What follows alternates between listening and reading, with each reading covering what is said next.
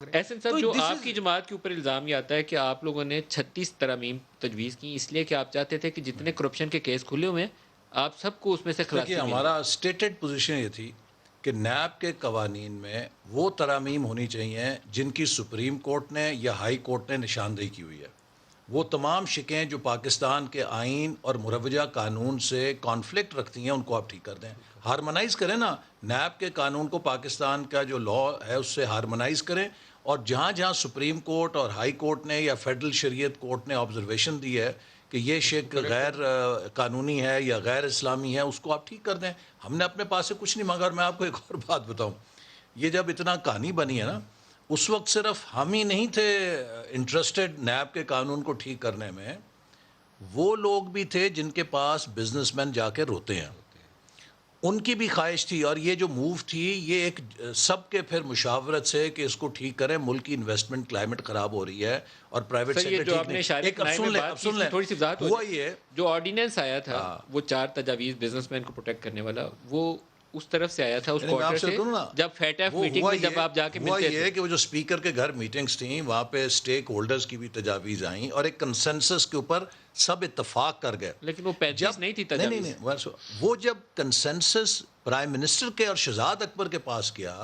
تو انہوں نے ویٹو کر دیا، چونکہ یہ سمجھتے ہیں کہ جو 90 دن کا اختیار ہے گرفتار کرنے کا، یہی ان کا لیور ہے۔ ابھی ہارون صاحب کہہ رہے تھے کہ ہم نہیں چاہتے کہ یہ غلط قانون چلے۔ بھئی اگر آپ نہیں چاہتے تو آپ اس کو استعمال کیوں کر رہے ہیں؟ شہزاد اکبر نیب کو کہہ کے اپوزیشن کے لوگوں کو اس کالے قانون کے تحت گرفتار کرواتا ہے، آپ کی حکومت کی رضامندی سے گرفتار کراتا ہے، اور ہر وہ پولیٹیکل کیس جو آپ بناتے ہیں اس میں 35 سے 40 سرکاری افسروں کو آپ چھلنی سے گزارتے ہیں، اور ہر افسر جو پیشی بھگت کے جاتا ہے وہ کانوں کو ہاتھ لگاتا ہے کہ میرے فرشتوں کی توبہ، آئندہ میں نے کسی دستخط کیے فائل کے اوپر۔ یہ بات میں نے،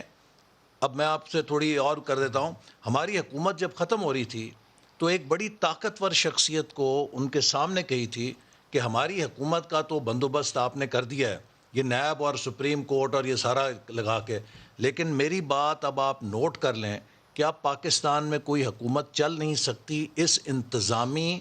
پیرالسس کے بعد۔ میرے خیال میں اس شخصیت کو ریئلائزیشن ہے جس کی طرف آپ اشارہ کر رہے ہیں، اسی لیے وہ بزنس مین کی پروٹیکشن کے لیے وہ 4 تجاویز آئی تھی، لیکن پھر معاملہ رکا کیوں، وہ آگے رکا کیوں اس نہیں لیے چلا؟ کہ عمران خان جو ہے نا وہ چاہتے ہیں کہ اس قانون کی جو کالی شک ہے اس کے ذریعے وہ اپوزیشن کو اور اپنے مخالفین کو جب چاہیں وچ ہنٹ کریں۔ یہ صرف عمران خان کی جو ایک جیل بھرنے کی سوچ ہے نا کہ جب چاہا جس کو چاہا، آپ کو بھی نوٹس دے دیا،